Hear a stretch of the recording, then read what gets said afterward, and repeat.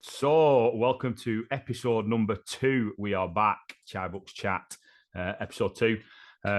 Just a quick, I'll do a quick intro. Just a massive thanks, first of all, for everybody who's tuned in and listened. And the feedback that we've had has been incredibly positive. So, we might have struck a chord here, boys. But as you can see, once again, I am joined by Mr. Sharafat Shah and Mr. Yasir Sufi. And I should probably say Eid Mubarak.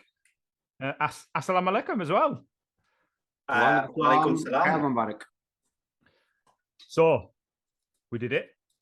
Got to the end. It was Eid on Friday. Was it both Eid Friday? 29 days we did, didn't we? We skipped a day. 29. So I managed to get lucky. It wasn't a 30-day event. It was a 29-day month for until Eid. But yeah. Go on, tell us about your experience. Tell us about your Eid, and tell us a little bit why Eid sometimes falls on different dates. There's some people celebrated Eid Friday, some celebrated Eid on Saturday. I know where this is going to go, but I think between you two, you'll be able to tell people better than I will. So go on, who wants to kick us off? Yes, sir. I'll go. Yeah, definitely. Evening, everyone, or whatever time you're listening to this, morning, afternoon, and whether that's on YouTube or Spotify. Thanks for joining us again. Phil, if people are listening in, wherever they're listening in, obviously if they can subscribe to the channel, that'll be very, very helpful. Second episode and lots more to come. So I think I mentioned this in the first episode that I don't want to get into moon wars at all. And there's a reason for that, because we could be here for a long, long time. Luckily, me and Shaz, we do it on the same days, and you shared that day with us, and hopefully you will for the next foreseeable future. Because just a quick announcement to make, and Phil said this a couple of days ago, but he's doing the 30 days every year. So not to put you on the spot there, mate, but welcome on board. But yeah, so me and Shaz, we do it on the same days. We follow a country called Saudi Arabia. There's a lot of people who disagree with our choice of who we follow for moon sighting. So for those who don't know, Ramadan is a month in Islam. The Islamic calendar is 12 months, and all 12 months are based on the moon, on the sighting of a new moon. Because in the UK, we can't really see the moon as clear as anywhere, in other countries. We follow a country where we feel confident in their ability to sight the moon. For us, it's Saudi Arabia. For others, it's at the moment Morocco. There's a lot of people there's a growing number of people who are saying we should be doing it in the UK. Personally disagree with that, even though I don't disagree with going out to see the moon, because that's a sunnah, which is something that the Prophet Muhammad used to do. So that's something we should be doing as Muslims, because it is something that's taught to us. But I don't agree that the UK is the best for us. I'm not going to get into it why. I'm sure our viewers and our listeners will have plenty to say about that topic themselves. We could open a big can of worms if we go into that. But we followed Saudi, the three of us. We were united in that sense, and that's the bigger purpose for me, is we're all united. And the fact that we obviously shared that our Eid together brought us together as well. But different people do it on different days. I'm not saying anyone's wrong, anyone's right, or anything like that. I don't want to get into that. But Wasi Eid Mubarak, which is what I said, which is the day after, and now we're on the third day. But got there. It was a great experience. Great to share the experience together. Great to have some iftars together. Great to have our sehri, suhoor together as well. Even though for you it was a glass of water sometimes, but it was great to have that morning, kind of checkpoint where we were always checking in on each other. And yeah, missing it. Having a brew at 6 p.m. feels a bit weird. And having my caffeine this morning felt very weird. I think you said it yourself, Phil, didn't you? Having that breakfast the first day felt wrong. But yeah, Eid Mubarak, eaten a lot, put back on 2 kilos out of 6 I'd lost. But we're there. Yeah, I agree with what Yas is saying. I've got my own little caveat to that as well, actually. I do think that you should celebrate Eid on the sighting of the moon in the country that you live in. That's my personal opinion. Listeners, it's my personal opinion. It's not Yasir's, it's not Phil's, it's not Chaiibucks view. It's my personal view, and the reason being is because we observe the fasts based on the sunrise and sunset in the country that you're living in, not in a country that's, you know, at the other side of the world. There is some merit in, personally, in appointing Saudi Arabia because, you know, that's the center of the Muslim world, right? So I personally think that if you are appointing a other country, there's no better country than appointing Saudi Arabia. But you know what? Us Muslims can never agree on things, right? That's the problem.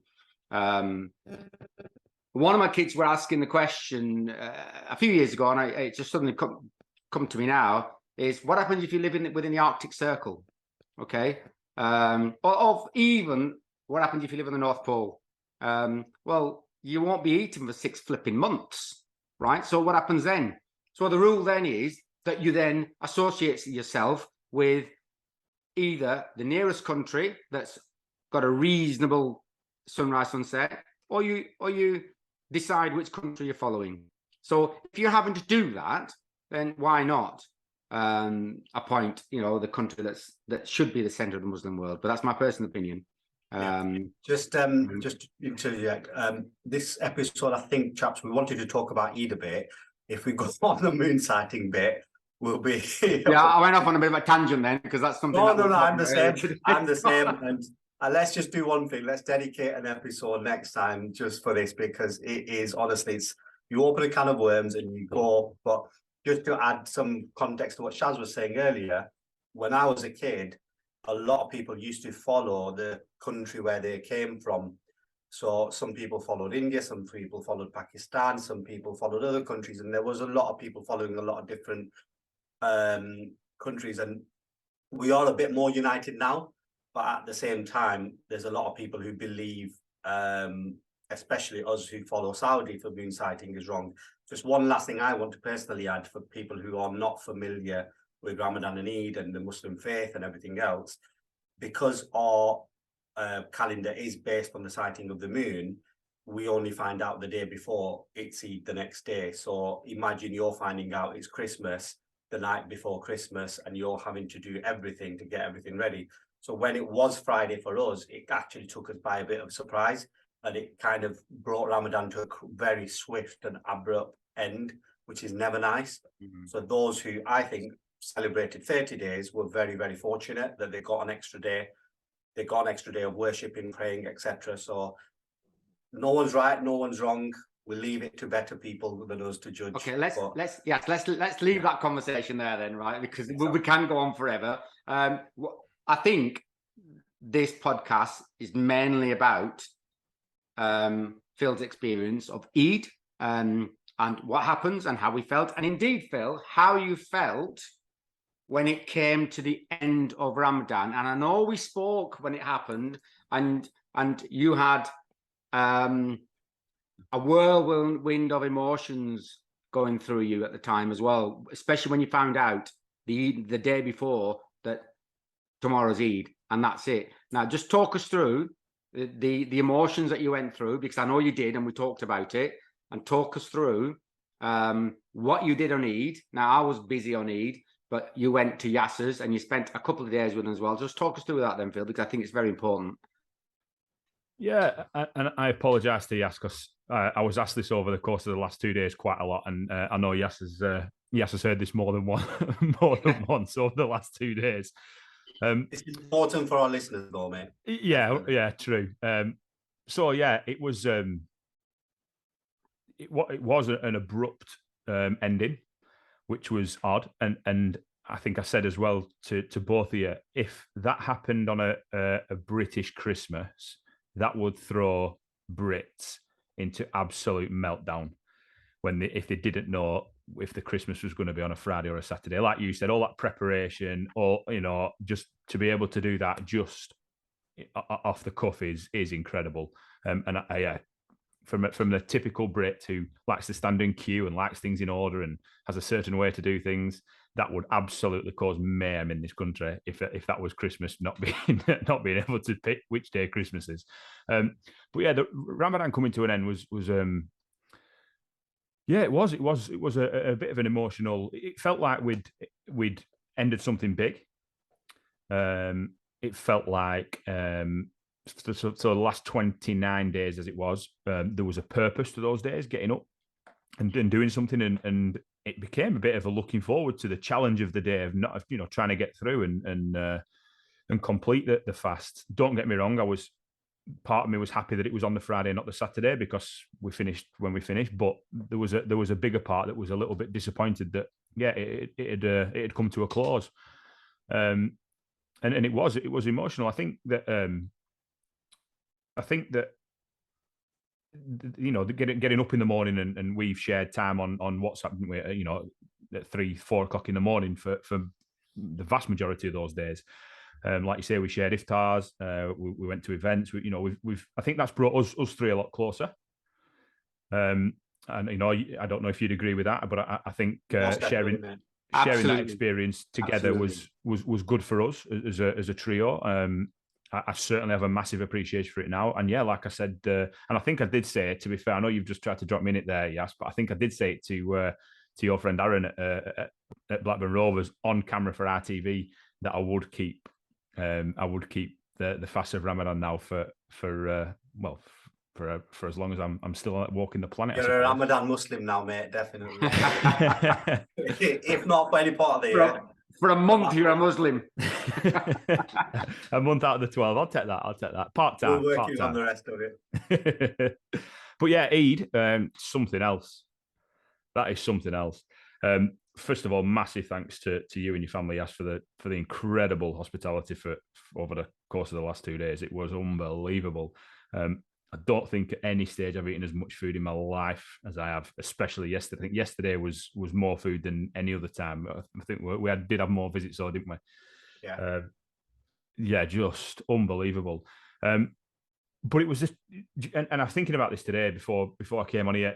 The traditional element of that, sitting on the floor, there's no barriers with anybody. We're all together, all on the floor, all eating, all breaking bread, and that was just, and Ramadan was a time that I won't forget in a hurry in my life. But the Eid, the Friday and Saturday for Eid have just been meeting people. Everybody knew me. Everybody knew what I'd done. Everybody, loved the fact that I'd taken part, and it was, unbelievable. It was quite surreal, because every time someone would walk in, any family member from anywhere, hi Phil, how was your fasting? I've seen you on Yasser's story. I've seen you on Yasser's social media. But even like walking between houses yesterday, when we were bumping into friends of yours and people that knew you from Rovers. Oh, I've seen you on Yasser's feed. How were Ramadan? Like, outside mosque as well, wasn't it? Yeah. And Shaquille stopped us, and it was just like, yeah, how's it going? So lots of. I think you had more people were interested in talking to you than they were to me. Well, yeah, it was an incredible experience, to be fair, and one that that had a lot of emotion attached to it, and it was it's something that I'll certainly miss, and something that was worth it for the 2 days to spend Eid with you, Yasser. It was brilliant. Loved it. So, Phil, I've asked you this before. I think you could say it again for the viewers. Is just draw a comparison, if you can, with Christmas and Eid, because whenever somebody asks me, "Oh, what do you do on Eid? What's it like on Eid?" I always say it's a bit like Christmas, because we eat all day, like you guys do, minus the alcohol, right? So just tell us, you've done both, right? Just tell us what your view is in comparison to each of them.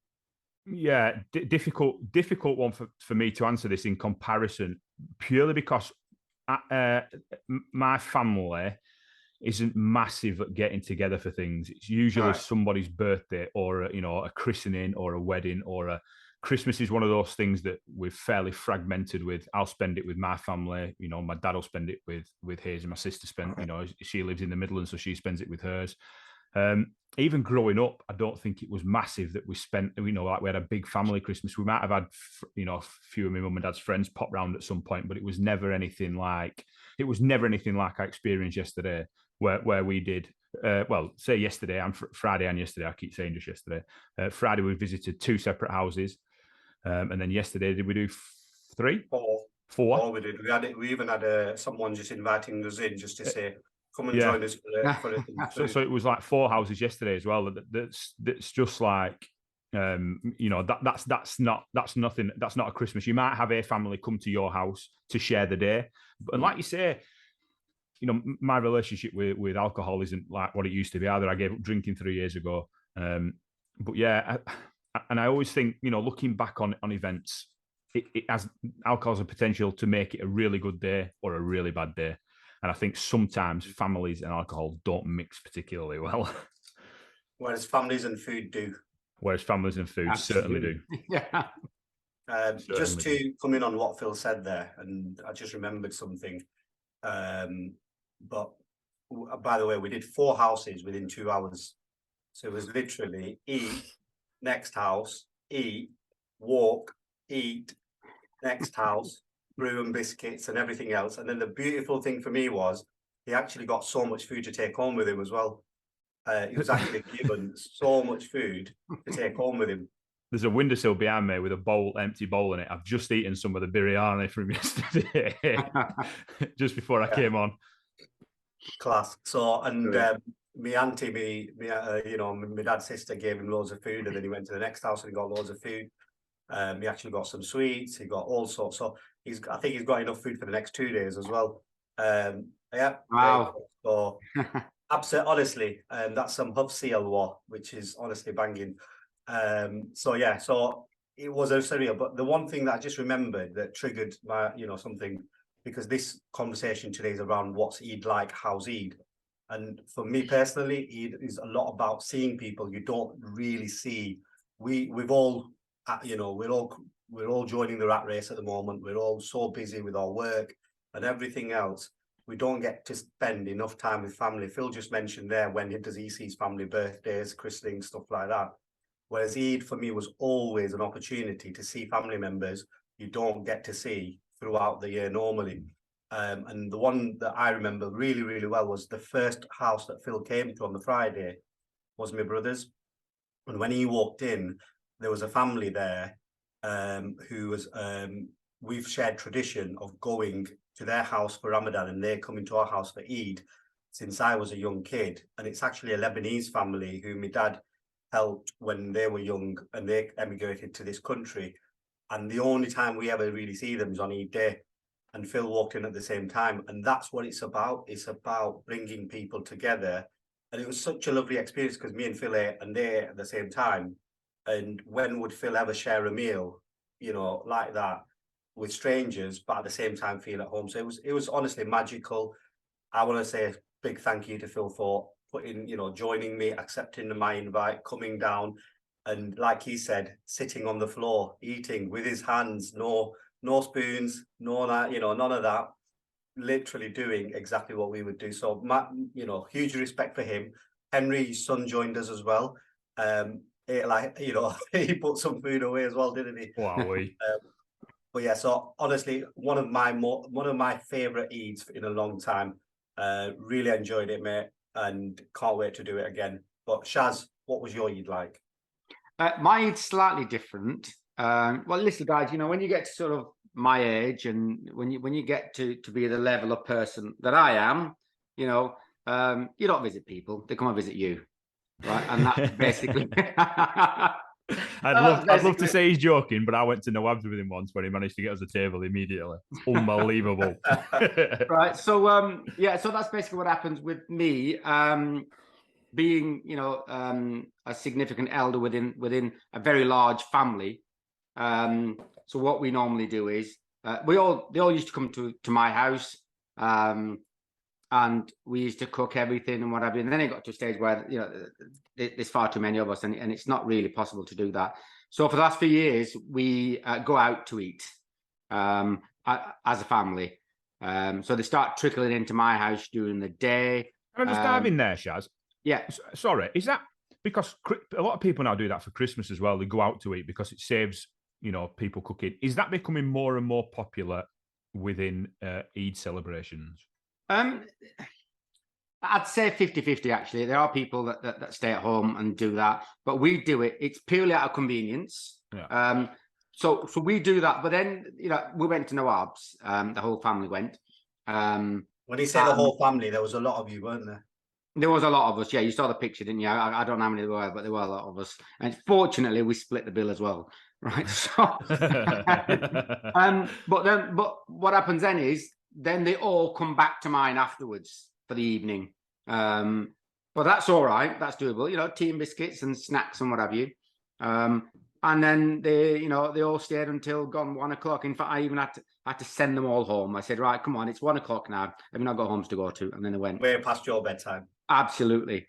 And then on the Sunday, there's more people and what have you that came to visit. And today we actually went to visit some other people that are older than me, right? So some other elders that we went to see. That it's all about tradition as well. And Yas probably relate to that as well. Sometimes you do things out of tradition. Yeah, we've always done it since we were kids, and we go and see people since we were kids, and we're still going to see them now. So I always leave like 2 days after Eid to go and see some of them people as well. So mine is slightly different, but it's still all about family, getting together, gatherings, as you said, Phil, breaking bread together, and just basically having a nice time.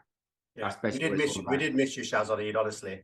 I wish I could be with you, but as I said to you during the day, it's probably impossible for me to get away. But I just wish we could have got together for even half an hour. But it wasn't to be. But next year we'll plan it a bit better and make sure that we do something together and eat. Just to touch on something you said, Shaz, which is really, really important. The tradition of Eid as well. So the religious side of it is, and one thing you mentioned to Phil earlier was, well, how do you compare Christmas to Eid? And the one thing that we kind of Phil didn't get the full experience of to a degree was the religious side of it, where we're praying in the morning, we're going to the mosque in the morning, and the prayers. And because it was on Friday, we had the Friday prayer as well.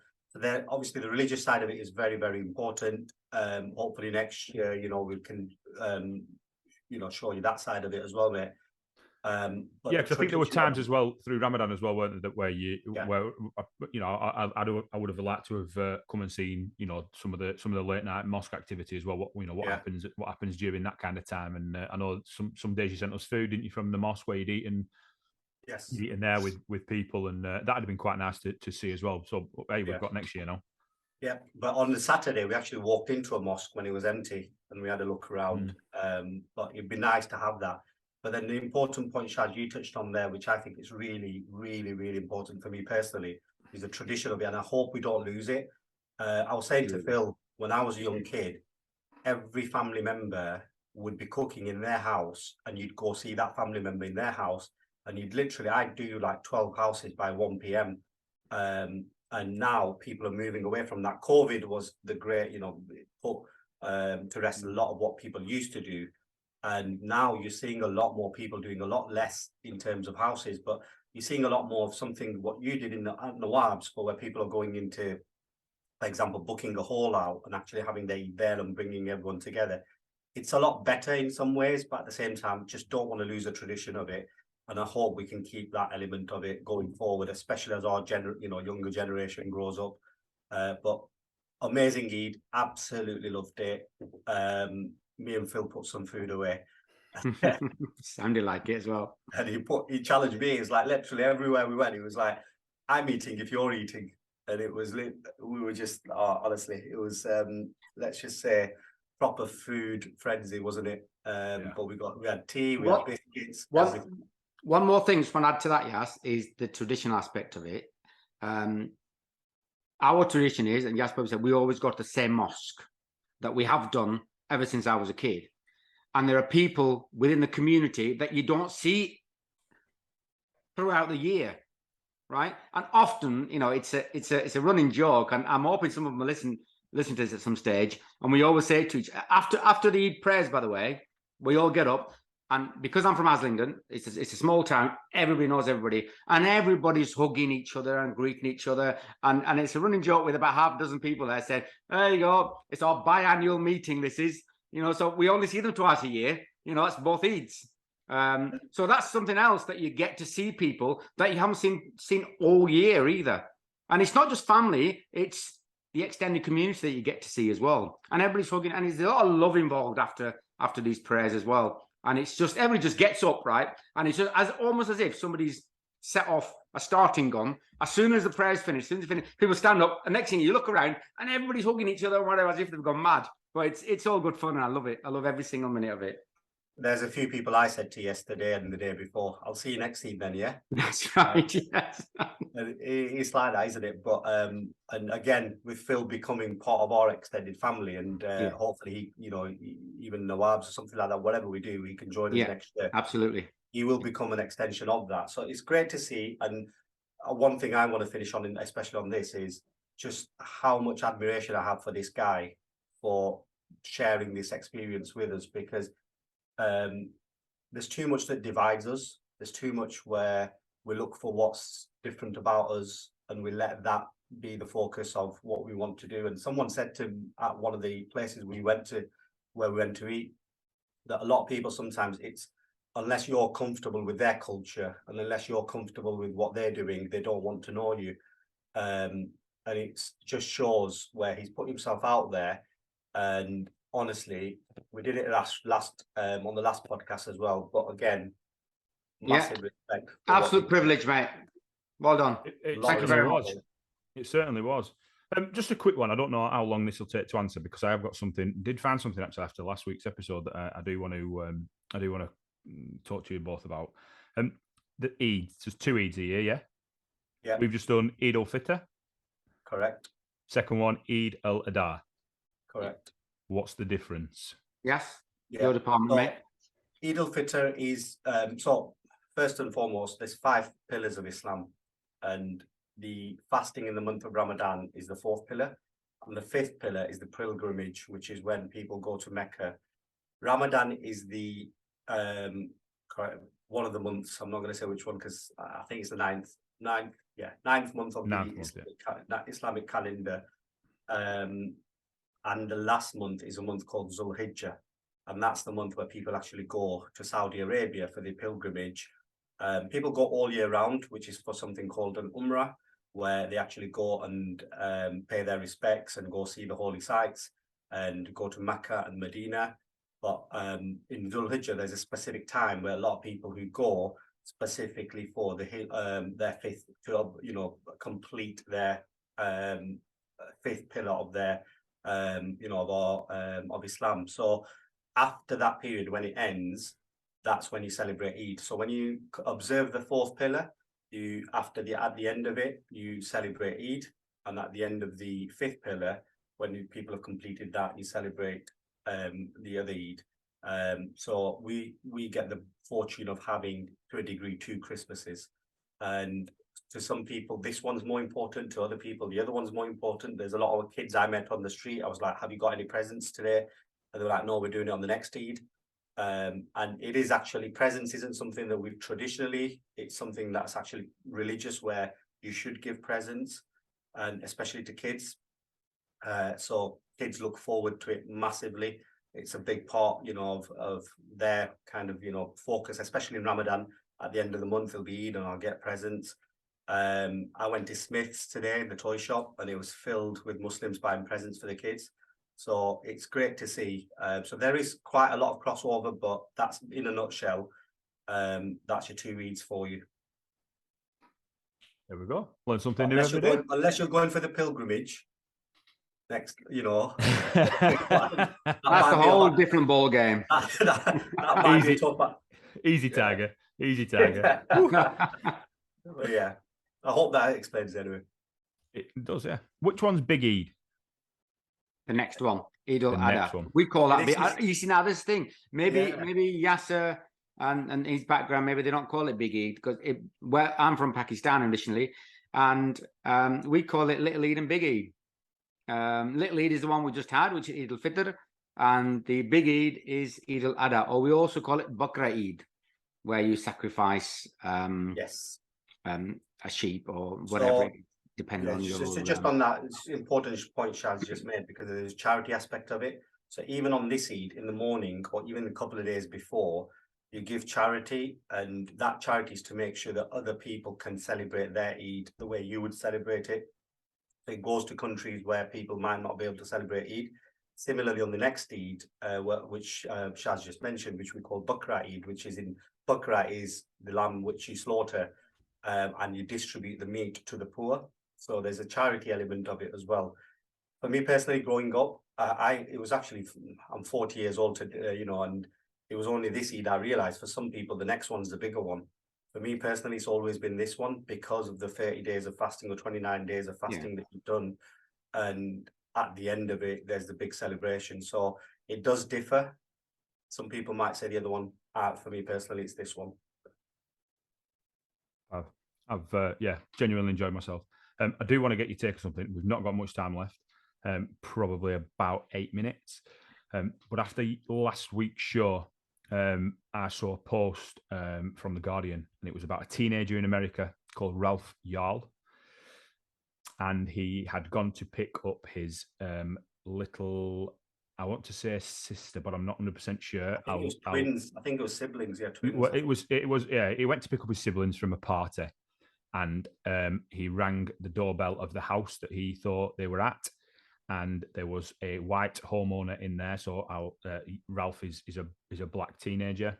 He's rung the doorbell of an 84-year-old white man, obviously at the wrong house, and without hesitation, the man has shot him in the head, and then when he's hit the floor, shot him again in the chest. Now, the last thing I saw, he was still alive and in hospital. But it led me down two paths, really, but we don't have time for both. One of them was racial profiling, and the other was the US guns, which is, both are big things. But it sort of like made me think, obviously, being born a white bloke is an unbelievable privilege that you get. I'm fully aware of that. Never in this country will I face anything that you guys will have done over your lifetime. It is a privilege being born white and male in this country. And I wondered your take on it, really, because I know both of you at some point will have been subject to racial profiling. And what's that like? Because I imagine it must be pretty horrendous that somebody, dislikes you, takes offence at you purely because of the color, a pigment in your skin. And even that now is just, it blows my, as you two both know me well. It blows my mind. Does that? Yeah. Am I okay to go first on this one, Shaz, quickly? Yeah, go on. Couple of things for me, and Phil, you just kind of touched on it a little bit. I call myself brown to a degree, but similar to what you just said, personally, this is my personal opinion, nothing, no one else's. We probably don't face anywhere near the level of racism black people face. And that's my personal opinion, where I've been fortunate enough growing up, where besides the subject we talked about last week, if people haven't listened to that, go and listen to the first episode that we posted last week. But besides the use of the P word, I've never been subjected to racism of that level. And what black people face day in, day out, I would say is, another level of racism as well. What people face who are not from this country, who are moving to this country, whichever the country they're from and whichever colour skin they're from, what they face, that's another level of racism. And what happened, especially with Ralph, two thoughts with that, and you touched on it a little bit. One is obviously gun laws in America are just absolute insane. I don't get it. I will never get it. I will never understand how someone can access a gun that easily, and not just access it, be prepared to fire it that quickly. It's almost the equivalent of just us taking a knife out and using a knife on someone as easily as that. It would never happen. We wouldn't think about it. So that's the first element where I cannot for the life of me understand how people can take a gun out so quickly and be prepared to fire it. And then the second aspect of it is the racial profiling, which you mentioned. Now, one thing important just in this case is I believe he shot through the door first. I'm not so sure if it was in the dark, he saw who it was, but the second shot, he probably did. And unfortunately for me, I will never experience that level of racism. And how do we address it? How do we stop it? I've honestly no idea, but we have to take away people's kind of that willingness to act so quickly and judge someone so quickly. We have to be able to not judge people for the color of their skin, for who they are, what background they come from, and just be human to each other. That's just very quickly. Well, I've been through the 70s and 80s in this country. I've lived through the National Front and things like that. I've had all that. And we've got 4 minutes left now, and it's nowhere near enough to discuss all that. I can tell you some stories where I've been refused service in places because of the colour of my skin. I've been spat at. I can give you a massive list that would take up more of the 5 minutes we've got left. Okay. So yes, I have been through it. It does still happen now. And I think being an indigenous white person in this country, I don't think you can appreciate the level of abuse that used to happen in them days. Having said that, it was accepted then as well. You know, the days of Al Garnett and things like that, it was accepted in the media. It was accepted on TV as well. And that probably didn't help. And I think people's view on racism has changed. Education has got a lot to do with it as well. So I'll just stop on that racism bit for now. I'll just go on to the gun crime bit as well, because I'll tell you my views on it, because I know we're short of time. I always believe that if you take the equipment away from somebody, then they will not use it. Okay. Now, if this guy didn't have a gun, he could have had a knife, he could have had a baseball bat, he could have had something. But the person at the receiving end might have had a chance to defend themselves with a knife or a baseball bat or something like that. Whereas with a gun, you could be shot from 100 yards away without even knowing it. How can you get away from that?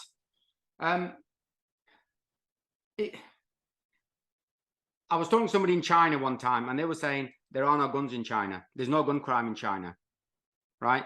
There is knife crime, etc., but gun crime doesn't exist. Okay, if you're that way inclined, then you're gonna find a way of hurting somebody somehow. Okay, but at least that other person can get a chance to fight for themselves or get away as well, right? So, and again, I'm conscious of time as well. I really do think in America they've got a big problem. It's a much bigger movement going on in the background that is more powerful than government, than presidents and things like that. And until that movement is not as strong as it is, this thing will carry on. Innocent people will keep on dying. Schools will keep on being attacked. Okay, crowds of people will keep on being attacked. Right? These so-called nutters still have access to these guns, and they'll keep on doing what they're doing.